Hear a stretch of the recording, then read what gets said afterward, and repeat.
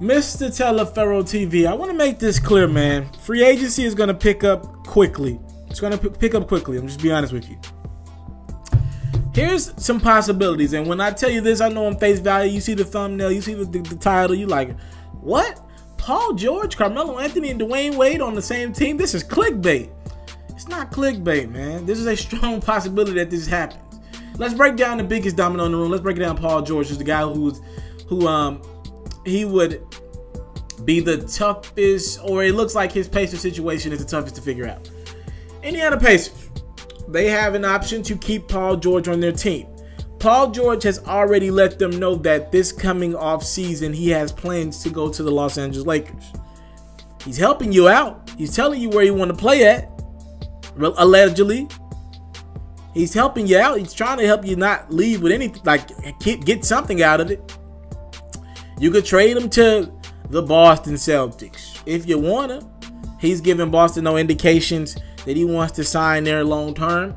Maybe Boston doesn't want to pull the trigger on that move, even though I think they should. They got enough assets that they could rent Paul George for a year and still be fine going forward. Maybe they don't want to pull that trigger without an extension. Danny Ainge is very meticulous in his approach. You could trade him to the Lakers if you want to, but then you're just making Paul George happy. And right now, the Lakers lack the necessary assets to give the Pacers anything substantially worth building with. Julius Randle. They don't have the picks anymore. D'Angelo Russell's gone.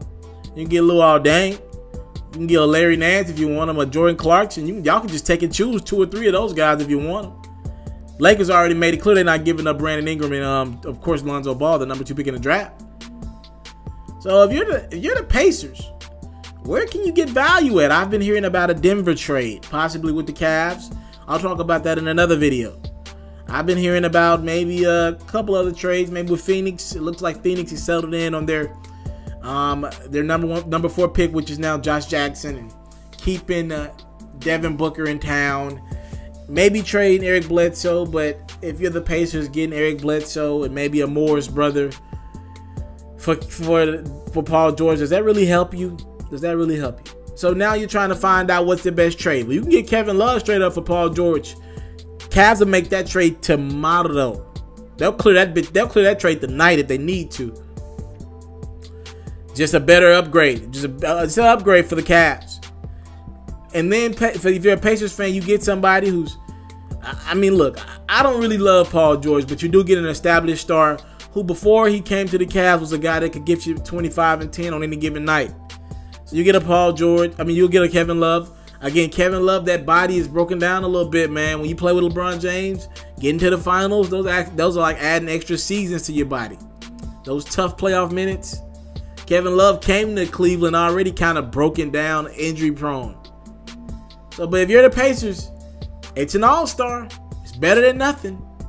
Better than just losing Paul George in the offseason. The problem with, usually, the closer you get to the trade deadline, the value increases for a player. But in this situation, teams know Paul George is trying to get to LA. He's not going to sign an extension. So what's the point of holding on to him? So that could be the first domino. The Cavs could get Paul George straight up for Kevin Love. Maybe a 3-team trade with the Nuggets. We'll see. So the Cavs get Paul George. Now these Carmelo and Dwayne Wade dynamics. Dwayne Wade has happened over the last couple of days. I'll get into Carmelo Anthony first. Here's the reality of the situation. Phil Jackson wants Carmelo Anthony out of New York. He wants him out of New York. The problem is, Phil Jackson, you idiot, you can't just get Carmelo Anthony out of New York. You just gave him a no-trade clause a couple years ago. Melo controls his destiny. If Melo wants to leave, then Melo can maybe leave. Until then, Melo ain't got to do nothing. He don't got to accept no buyouts. He can sit up on that roster, play the game that he loves in New York for the next 2 years. There's no pressure for Melo to leave New York. The only thing Phil could do to make Melo want to get out of town is make Melo trade away components. If you would have traded a Kristaps Porzingis and got rebuild guys, Melo probably would have been pissed about that. And you could maybe force him out of New York by trading away the couple good players that they have and not re-signing a Derrick Rose somebody that I've heard Carmelo actually decently likes playing with. That's how you can piss Melo off and maybe make him leave New York. But Phil Jackson, the same token, he just can't sit up here and let his New York Knicks team get worse than what they are. They already got it. They already can't make the playoffs as is. They suck now. You gave all this money to Joakim Noah, Courtney Lee, and Melo. And you got Kristaps Porzingis. His pending free agent decision is coming up in the next couple years. You got to build around him. He's only 21 years old. And he looks like he's going to be a superstar. So Phil just can't sit around and trade everything away. So Melo could easily buy out. He could buy out. Melo could buy out and be like, hey, give me my money over years. It wouldn't count against the Knicks in a salary cap situation. Give me my money over 4 or 5 years. We'll stretch this bad boy out.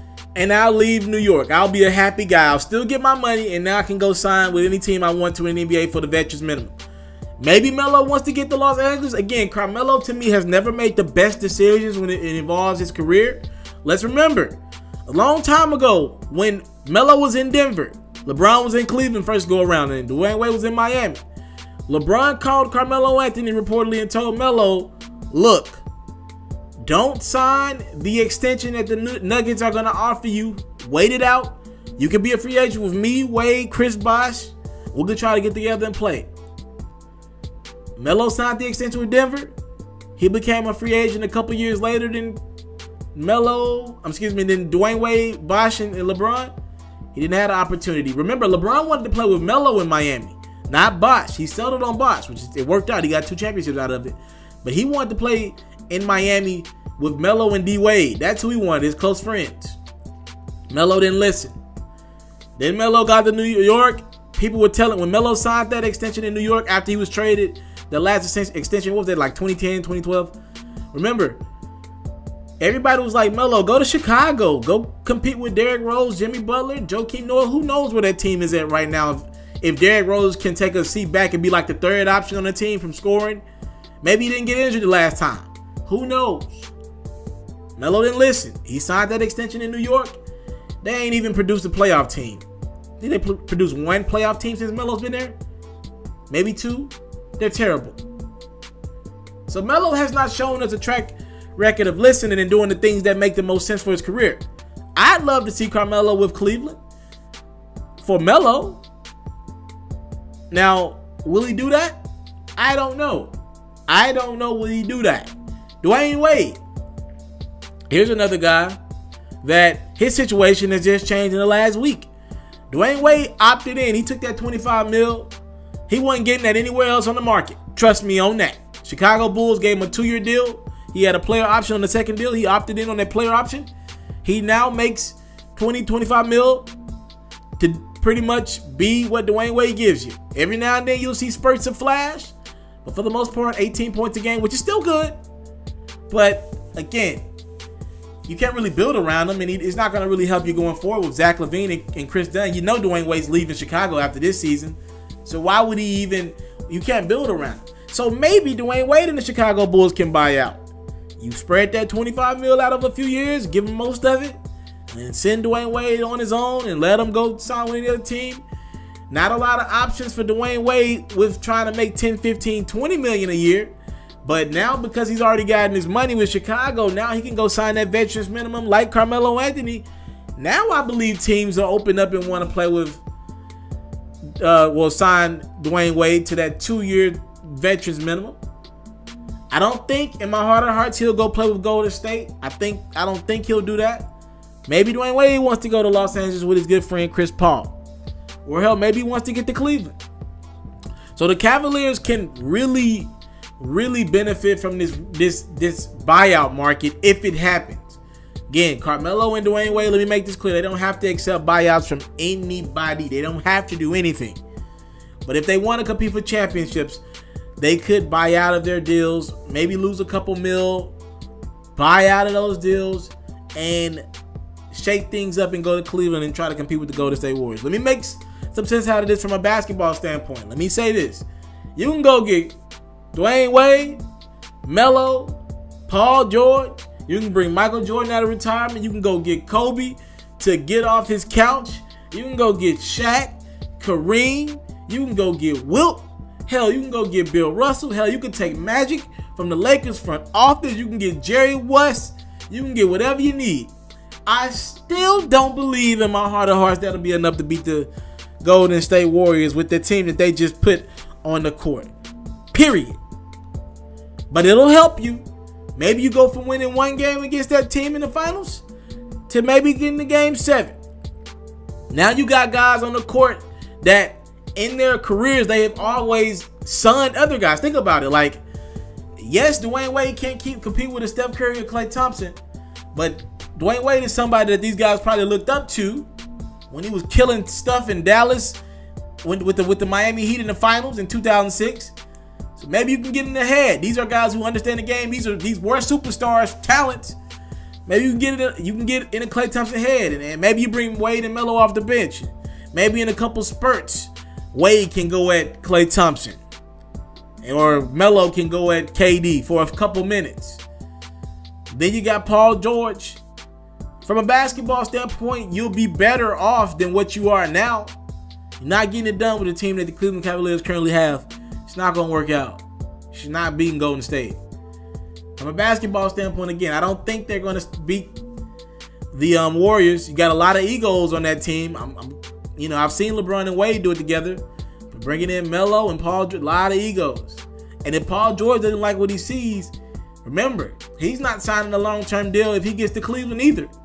He'll just hit the deuces after the season. So a lot of questions. A lot of questions. Do you really trade Kevin Love, a guy who's been dedicated to this team? Do you really trade him? Blow it up, go get Paul George? And do you really risk the chemistry of this team? I think Dwayne Wade is a guy that he can work with any locker room. I watched him work with Jimmy Butler and Rondo. These guys have egos and never won champion. Well, Rondo's won one. Let me not say that, but he wasn't the star on that team. So I think Wade will work. Melo's a little bit more difficult. We've seen Melo, Jimmy, J.R. Smith, and Iman Shumpert on the same team before. It didn't work out. And then we watched LeBron get J.R. Smith and Iman Shumpert and really bring the best out of J.R. Smith. So maybe you don't want to bring Melo around that. It'll be very interesting to see. But let's not just act like this can't happen. I had to come break it down. The Cleveland Cavaliers can theoretically get Paul George, Carmelo Anthony, and Dwayne Wade this offseason. But most of it depends on what these guys want to do. Paul George, he could go talk to Cleveland, or talk to the Pacers and tell them I want to be traded to Cleveland right now if he wanted to. I don't think that's what he wants to do. I think he wants to get back to LA. Dwayne Wade and Melo, they could really look. The Bulls and the Knicks would love to get rid of Dwayne Wade and Carmelo Anthony right now. Bulls in rebuild mode. Wade's just taking up cap for free agency. I don't know what the hell they were thinking giving him that deal in the first place. Next, Phil Jackson do anything to get rid of Carmelo Anthony. So that's it. Thank y'all so much for the time, love, support. Subscribe to my channel. I break this stuff down with the best of them, I believe. So thank y'all so much for the love. Cleveland Cavaliers, Paul George, Carmelo Anthony, and Dwayne Wade. You add that to Kyrie Irving. Is this a championship team? Can they get? We know they're getting out of the East. Can they beat the Golden State Warriors with this team? Talk to me. I'm out. If you're looking to book me for an interview video or by phone, if you're looking to have your music or your skill featured on my daily podcast, if you're looking to book me for a speaking engagement to help motivate some kids, if you're looking to have me rock some of your clothing to help promote your brand, make sure you hit me up at booking@itsmrtaliaferro.com. Again, that's booking@itsmrtaliaferro.com.